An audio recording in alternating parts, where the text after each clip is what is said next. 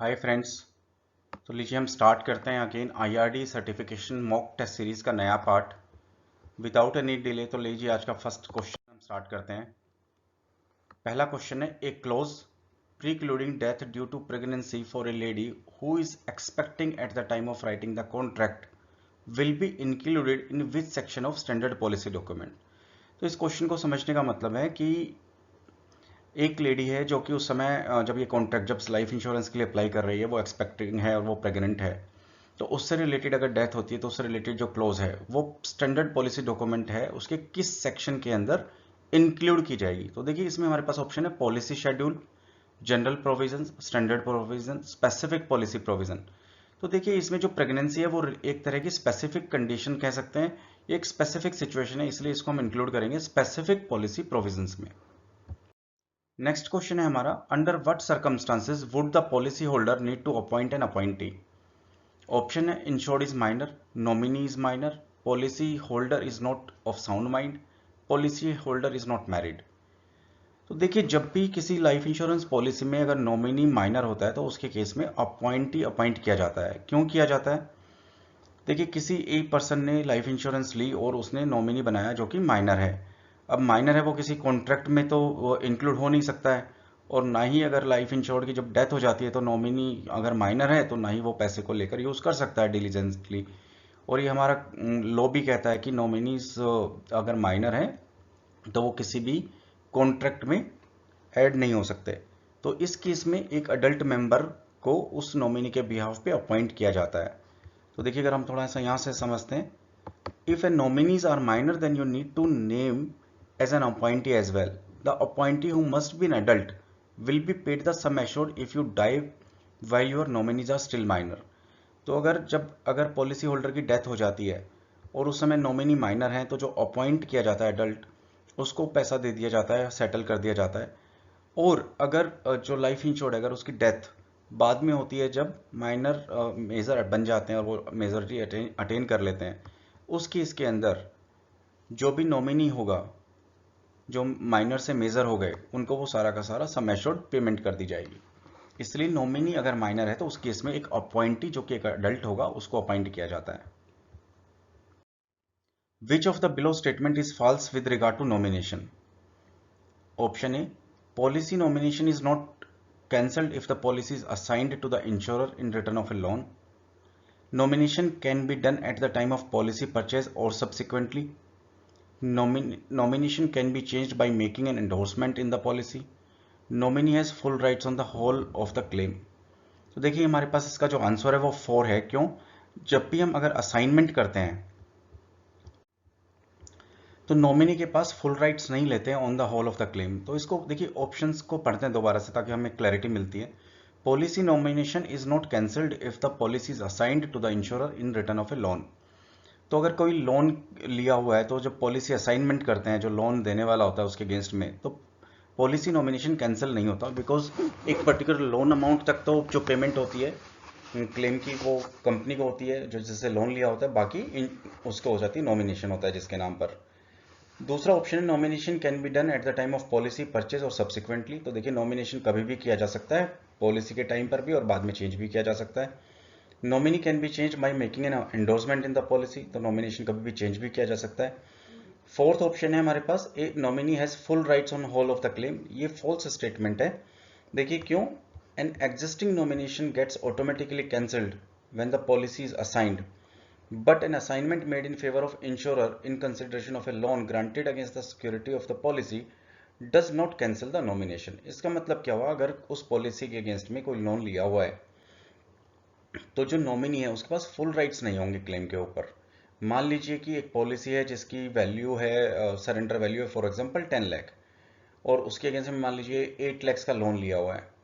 तो जो पहला अगर कोई क्लेम सेटलमेंट होता है तो 8 लाख का जो अमाउंट ड्यू है वो पहले उस कंपनी को दिया जाएगा जो लोन देती है, और बाकी जो अमाउंट है वो नॉमिनी को दिया जाएगा। इसलिए नॉमिनी के पास फुल राइट्स नहीं होता on whole of the claim.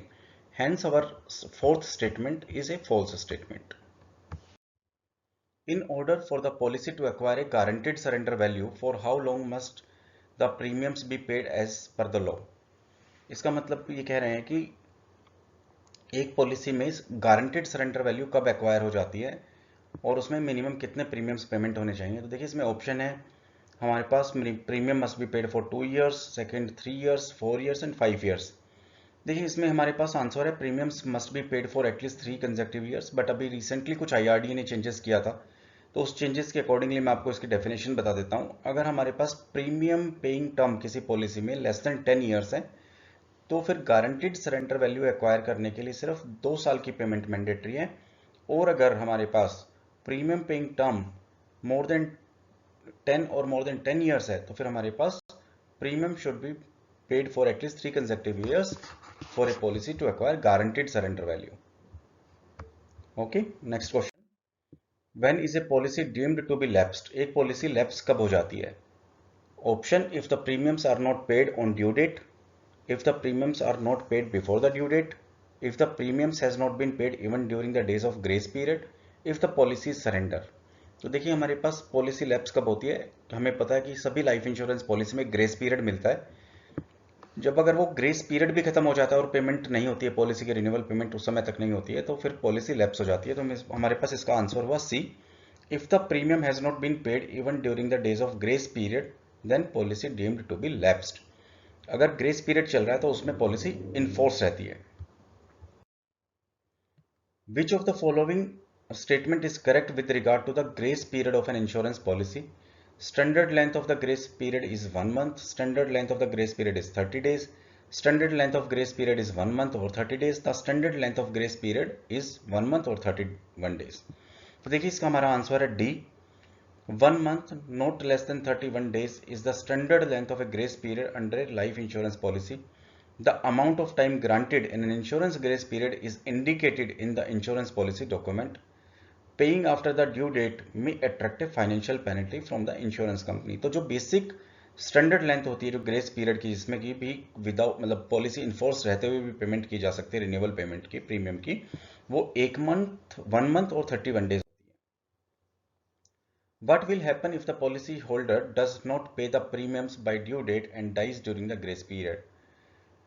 तो इसका मतलब है हमारे पास what will happen if the policy holder does not pay the premium by due date and dies during the grace period। Grace period चल रहा है और उसी के बीच में पॉलिसी होल्डर की डेथ हो जाती है, तो क्या होगा? तो हमारे पास देखिए option A, insurer will consider the policy void due to the non payment premium by the due date and hence reject the claim। this is not possible because grace period के अंदर जो पॉलिसी होती है वो in force होती है। Insurer will pay the claim and waive off the last unpaid premium, this is also not correct. तो देखिए हमारे पास थर्ड ऑप्शन है, insurer will pay the claim.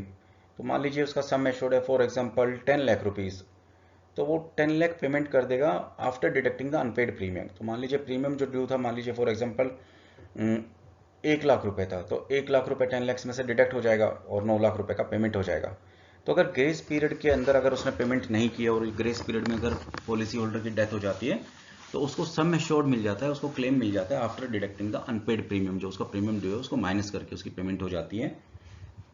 जो हमारे पास फोर्थ ऑप्शन है, the insurer will pay claim after deducting the unpaid premium along with the interest which will be taken as 2% above the bank savings interest, this is also wrong. For an insurance policy, nomination is allowed under dash of the Insurance Act 1938। तो देखिए तो simple याद ही करना पड़ेगा कि जो nomination जो allowed है under section 39 of the insurance act 1938, तो जो नॉमिनेशन है वो किस सेक्शन में अलाउड है? सेक्शन 39 में अलाउड है। During the revival of a lapsed policy, which of the below aspect is considered most significant by the insurance company? देखिए इस क्वेश्चन को समझिए। During the revival of A lapsed policy, एक policy है जो कि लैप्स हो गई है, अब उसको रिवाइवल करना चाहता है policy holder. Which of the following aspect is considered the most significant? उस समय कौन सी सबसे ज्यादा सिग्निफिकेंट चीज होती है बाय द इंश्योरेंस कंपनी? देखिए अब इसके अंदर evidence of insurability at revival, revival of the policy leading to increase in the risk for the insurance company, payment of unpaid premiums with the interest, और insured submitting the revival application within specific time frame. तो देखिए इसका हमारे पास answer हुआ A, evidence of insurability at the revival. इसका मतलब क्या हुआ कि जब रिवाइवल हो रही है पॉलिसी, तो जिसका इंश्योरेंस किया जा रहा है उसका इंश्योरेबल इंटरेस्ट होना चाहिए। अगर इंश्योरेबल इंटरेस्ट नहीं है या वो इंश्योरेबिलिटी नहीं है, तो उस कंपनी के लिए वो लैप्स्ड पॉलिसी रिवाइव नहीं हो सकती है। तो जो मोस्ट कंसिडर्ड फैक्टर है वो है evidence of insurability at revival, की इंश्योरेबिलिटी होनी चाहिए। Which of the below statement is incorrect with regards to a policy against which a loan has been taken from the insurance company? तो देखिए इसमें कह रहा है कि which statement is incorrect with regard to a policy against which a loan has been taken। तो इस case में 3-4 हमारे पास एस्पेक्ट हो गए। इंश्योरेंस कंपनी हो गई, वहां से पॉलिसी इशू है और उसके अगेंस्ट एक लोन लिया हुआ है, अब उसके रिगार्डिंग कौन सा स्टेटमेंट इनकरेक्ट है। The policy will have to be assigned in favour of the insurance company. तो देखिए अभी ये तो बिल्कुल करेक्ट है, क्योंकि अगर लोन लिया है तो वो पॉलिसी असाइन करनी पड़ेगी in favour of insurance company. The nomination of such policy will get cancelled due to assignment of the policy in favour of the insurance company. तो देखिए ये स्टेटमेंट फॉल्स है, क्योंकि इसमें जब भी लोन लिया जाता है तो नॉमिनेशन कैंसिल नहीं होता। क्यों? क्योंकि एक सम एश्योर्ड अलग होता है जिसमें रिस्क कवर होता है। मान लीजिए रिस्क कवर है 10 लाख का और लोन लिया हुआ है मान लीजिए 5 लाख का, और अगर किसी भी समय क्लेम सेटलमेंट होता है तो जो 5 लाख है जिसपे लोन लिया होता है, जो आउटस्टैंडिंग लोन अमाउंट है, वो उस कंपनी को पेमेंट कर दिया जाता है, और जो बाकी रेजिडुअल अमाउंट बच जाता है वो नॉमिनी को कर दिया जाता है। इसलिए इन केस ऑफ लोन कभी भी nomination of such policy will not get cancelled at all. Third space option था हमारे पास, nominee rights will effected to the extent of the insurer interest in the policy. तो देखिए बिल्कुल करेक्ट स्टेटमेंट है, क्योंकि इसके अंदर नॉमिनी का राइट उतना ही इफेक्ट होगा जितना कि इंश्योरर का इंटरेस्ट है। The policy loan is usually limited to a percentage of the policy surrender value. तो ये भी स्टेटमेंट करेक्ट है कि policy loan is usually limited to a percentage of, जब भी लोन होता है तो एक सरेंडर वैल्यू का ही एक कोई परसेंटेज होता है। This statement is also correct. Which of the below statement is incorrect with regards to assignment of an insurance policy?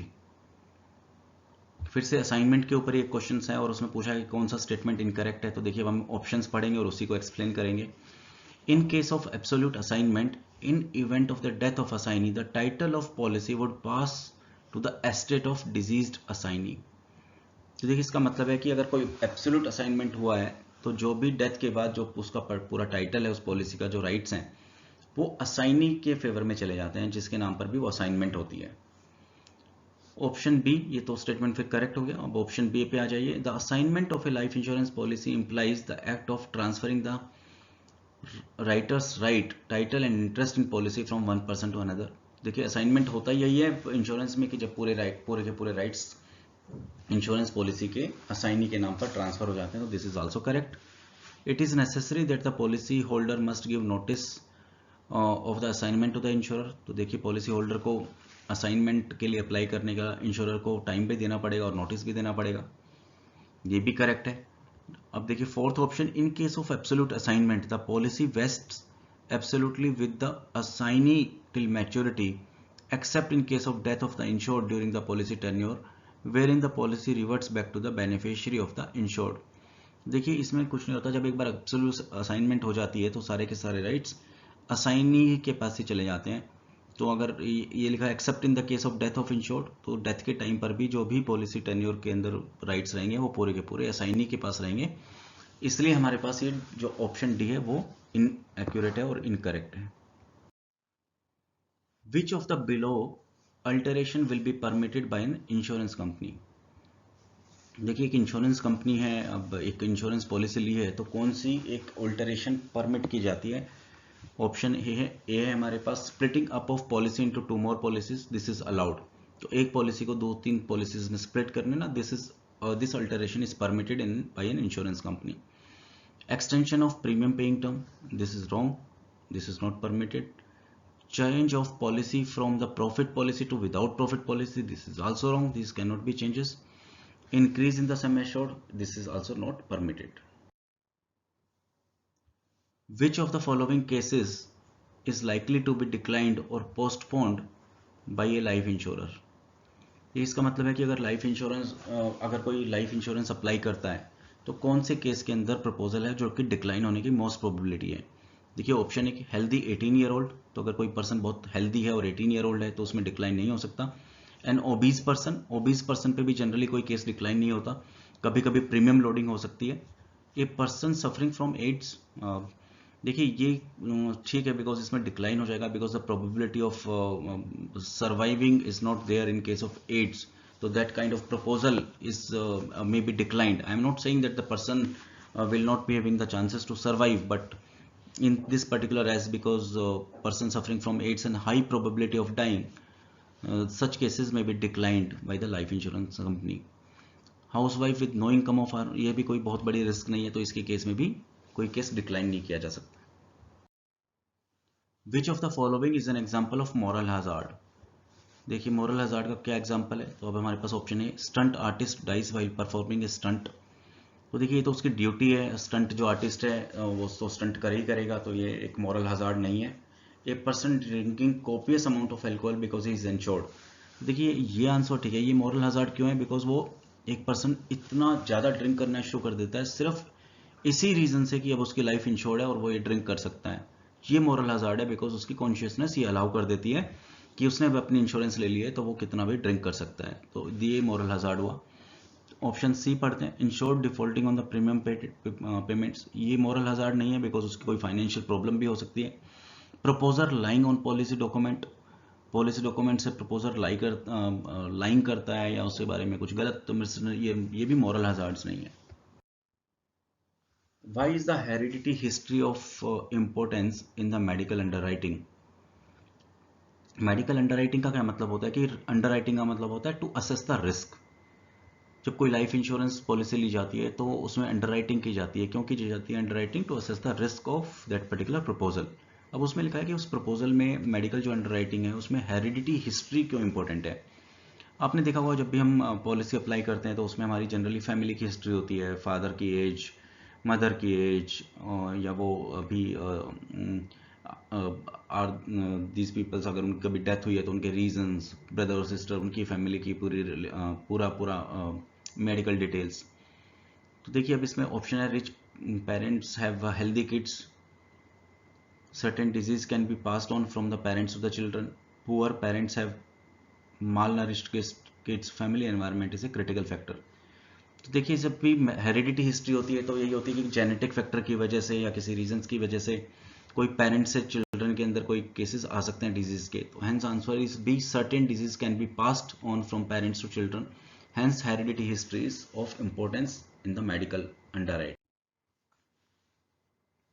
Which of the following denotes the underwriter's role in an insurance company. तो इसका मतलब है कि इसमें ऐसा कौन सा role है जो कि अंडरराइटर प्ले करते हैं in an insurance company. A, process claims, decides acceptability of risk, product design architect, customer relationship manager. देखिए अंडरराइटर का रोल होता है decides on the acceptability of risk. उसको रिस्क को असेस करता है प्रपोजल फॉर्म से और डिसाइड करता है कि वो एक्सेप्ट कर सकता है उस रिस्क को और वो पॉलिसी इशू करवा सकता है या नहीं करा सकता. तो इसलिए अंडरराइटर का रोल है to decide on the acceptability of risk. Which of the following is not an underwriting decision. देखिए अंडरराइटिंग का मतलब वही है जब एक कोई कस्टमर है वो पॉलिसी के लिए अप्लाई करता है तो उसके प्रपोजल फॉर्म से जो भी उसकी डिसीजन मेकिंग होती है उसमें रिस्क होता है उस प्रपोजल फॉर्म में, उसको असेस करने के ही प्रोसेस को अंडरराइटिंग कहा जाता है. अब इसमें देखिए ऑप्शन क्या है, which of the following is not an underwriting decision. तो option A, risk acceptance at standard rates, ये तो डिसीजन है, this is correct. Then declinatures of the risk, ये भी एक पार्ट है अंडरराइटिंग का. पोस्टपोनमेंट ऑफ रिस्क, ये भी एक अंडरराइटिंग का पार्ट है. क्लेम रिजेक्शन, क्लेम से रिलेटेड अंडरराइटिंग का कोई नहीं है. अंडरराइटिंग का मतलब होता है to assess and accept the risk at the initial phases of proposal form. Which of the following is not a standard age proof. तो हमने डिस्कस किया था कि देखिए दो तरह के प्रूफ होते हैं जब भी हम एज प्रूफ की बात करते हैं इंश्योरेंस में, स्टैंडर्ड एज प्रूफ और नॉन स्टैंडर्ड एज प्रूफ. तो हमारे पास is not a standard age proof. अब आप देखिए category passport, passport comes into a standard age proof. School living certificate also comes under standard age proof. Horoscope doesn't come under standard age proof, while birth certificate comes under standard age proof. अगर standard age proof provide करता है client तो normal जो premiums होते हैं वो थोड़ा कम होते हैं, और अगर कोई non standard age proof provide करता है तो थोड़े प्रीमियम्स बढ़ जाते हैं. तो इस केस में यहाँ पर हॉरोस्कोप है वो ट्रीट किया जाता है as a non standard age proof. Which of the following conditions will affect a person insurance negatively, insurability negatively. ऐसी कौन सी कंडीशन है जो कि एक पर्सन की इंश्योरेबिलिटी, उसका इंश्योरेबल इंटरेस्ट को नेगेटिवली अफेक्ट करता है. तो देखिए डेली जॉग्स, तो डेली जो जॉगिंग करता है वो तो इंश्योरेबिलिटी को नेगेटिवली इफेक्ट नहीं करता. Band substance abuse, band substance abuse का मतलब वो हमारे पास कोई ब्लड डोपिंग करना, पेप्टाइड हार्मोन्स करना, स्टिमुलेंट्स लेना, नार्कोटिक्स का यूज़ करना, कोई ड्रग्स का यूज़ करना, तो ये एक पर्सन की इंश्योरेबिलिटी को नेगेटिवली अफेक्ट करता है। C option lazy nature, generally ये इंश्योरेबिलिटी को नेगेटिवली अफेक्ट नहीं करता। प्रोक्रेस्टिनेशंस, ये भी जनरली नेगेटिव नहीं करता। कौन सा करता है जो भी ये करता है? ये बैंड सब्सटेंस अब्यूज को, जो कि ड्रग्स वगैरह नार्कोटिक्स वगैरह जो लेते हैं, उसके पर्सन की इंश्योरेबिलिटी को नेगेटिवली अफेक्ट करता है। Under what method of underwriting does an underwriter assigns positive rating points for all negative और adverse factor, negative points for any positive और फेवरेबल फैक्टर्स? देखिए एक स्केल होता है, इसमें ऑप्शन है जजमेंट, आर्बिट्रेरी, न्यूमेरिकल रेटिंग और सिंगल स्टेप। न्यूमेरिकल रेटिंग से ही जब अंडरराइटर है वो सभी केसेस को, सभी क्लोजेस को पॉइंट्स में डिनोट करता है। तो इसकी डेफिनेशन भी पढ़िए, देखिए a numerical rating system complies numbers for all risk factors to arrive at an aggregate score. Underwriter may use this to see if one is insurable and if so what premiums one must pay. तो उस scale के अंदर कहाँ पर एक जो insurance person को लेना है वो कहाँ पर फिट हो रहा है, कि वहाँ को क्या इंश्योरेबल है, और अगर है तो वो किस प्रीमियम पर और उसको क्या पेमेंट करनी चाहिए। तो एक न्यूमेरिकल रेटिंग होती है जिसमें सभी positive negative points for any positive को दिए जाते हैं, और जो नेगेटिव पॉइंट्स है वो ratings points for all negative, positive points है वो नेगेटिव को दिए जाते हैं और नेगेटिव पॉइंट्स दिए जाते हैं फॉर पॉजिटिव और फेवरेबल फैक्टर्स को। और उसके बाद एक स्केल के ऊपर डिसाइड किया जाता है कि वो पर्सन इंश्योरेबल है, और अगर है तो किस प्रीमियम पर है। Under risk classification dash consist of those whose anticipated mortality corresponds to the standard lives represented by the mortality table. तो देखिए इसके अंदर क्या है, under risk classification standard lives consist of those anticipated mortality corresponds to the standard lives represented by the mortality table. तो mortality table होती है वो जनरली स्टैंडर्ड होती हैं और उसके ऊपर स्टैंडर्ड एंटिसिपेटेड मोर्टेलिटी रेट्स ही एप्लीकेबल होते हैं। तो हमारे पास इसका आंसर आ गया स्टैंडर्ड लाइव्स। प्रेफर्ड रिस्क नहीं होती, सब स्टैंडर्ड लाइफ्स नहीं होती, डिक्लाइंड लाइफ्स नहीं होती। प्रेफर्ड रिस्क होती है जहां पर रिस्क कम होता है, सब स्टैंडर्ड जहां पर रिस्क ज्यादा होता है। डिक्लाइंड लाइफ्स वहां होती है जहां इंश्योरेबिलिटी पॉसिबल नहीं होती। तो जो स्टैंडर्ड लाइफ्स होती हैं और स्टैंडर्ड मोर्टेलिटी टेबल होती है वो स्टैंडर्ड लाइफ्स के लिए होती है। देखिए क्वेश्चन है हमारे पास, Amrita is pregnant, she has applied for a term insurance cover, which of the below option will be the best option to choose for an underwriter to offer insurance to Amrita? देखिए अभी वो प्रेग्नेंट है तो इसका मतलब है कि वो एक स्पेसिफिक क्लोज के लिए एप्लीकेबल है, जिसमें एक स्पेसिफिक क्लोज है दैट शी इज प्रेग्नेंट।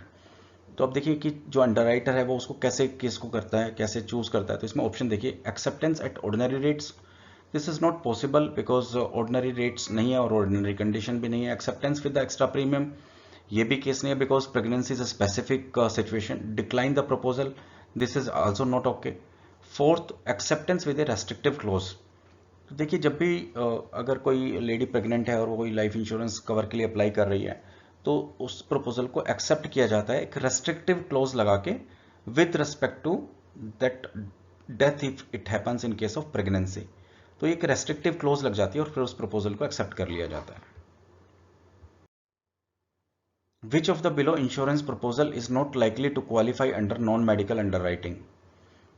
देखिए इसमें है कि कुछ केसेस दिए हुए हमें और उसमें बोला कि कौन सा क्वालिफाई नहीं करता फॉर नॉन मेडिकल अंडरराइटिंग।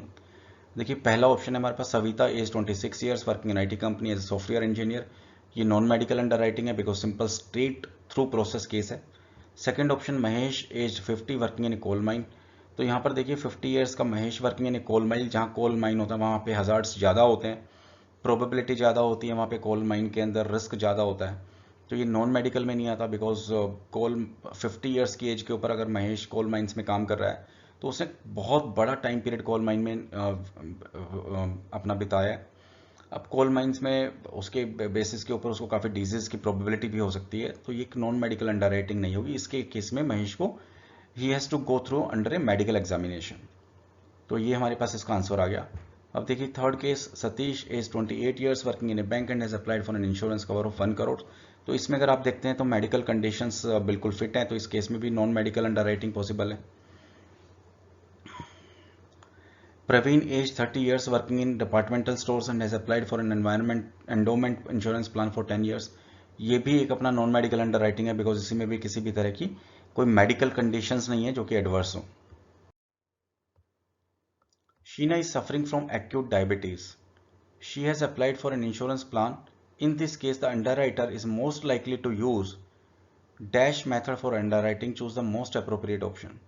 देखिए, जब भी किसी को डायबिटीज़ होती है और वो इंश्योरेंस के लिए अप्लाई करते हैं, तो उसमें जो अंडरराइटर होता है वो थोड़ा अपना जजमेंट यूज़ करता है depending upon his current medical conditions on diabetes, कि वो डायबिटिक कितना है, डायबिटीज़ का लेवल कितना है, वेदर वो अपनी उसमें मेडिसिन ले रहे हैं, वो उसमें क्या इंसुलिन ले रहे हैं, कितनी ले रहे हैं, और उनकी डायबिटिक की इस समय कंडीशंस कैसी हैं. तो वो उसमें जब अंडरराइटर यूज़ करता है तो उसको जजमेंट मेथड कहते हैं. वो अपना जजमेंटल मेथड्स यूज़ करते हैं. Hence answer is judgment method. B option, numeric method, wrong. Any of the above methods since an illness like diabetes does not play a major role in the underwriting process. ये गलत है because diabetes major role in underwriting process.